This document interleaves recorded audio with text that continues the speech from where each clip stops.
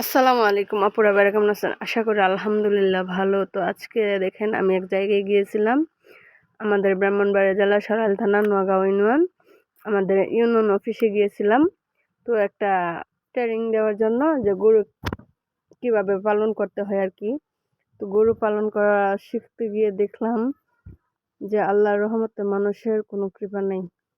তো এখানে অনেক মানুষ ছিল,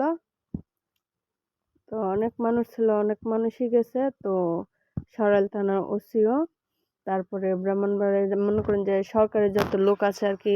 তো এখানে এসা ওনারা বক্তব্য দিলেন যে একটা নারী কিভাবে সফলতা পেতে পারে বা কিভাবে পাবে।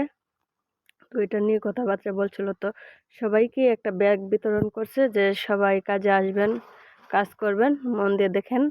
আমার মেয়ে ঘুমিয়ে গেছে। তো আমি ওখানে গেছি, যাওয়ার পরে দেখলাম না, মাশাআল্লাহ আলহামদুলিল্লাহ খুবই সুন্দর একটা উদ্ঘাটন আর কি। তো চাইলে সবাই এভাবে মহিলারা ঘরে বসে না থাকে, মনে করেন যে কোনো একটা কোনো কিছু করতে পারেন। সবাই ভালো থাকবেন। খুদা হাফেজ।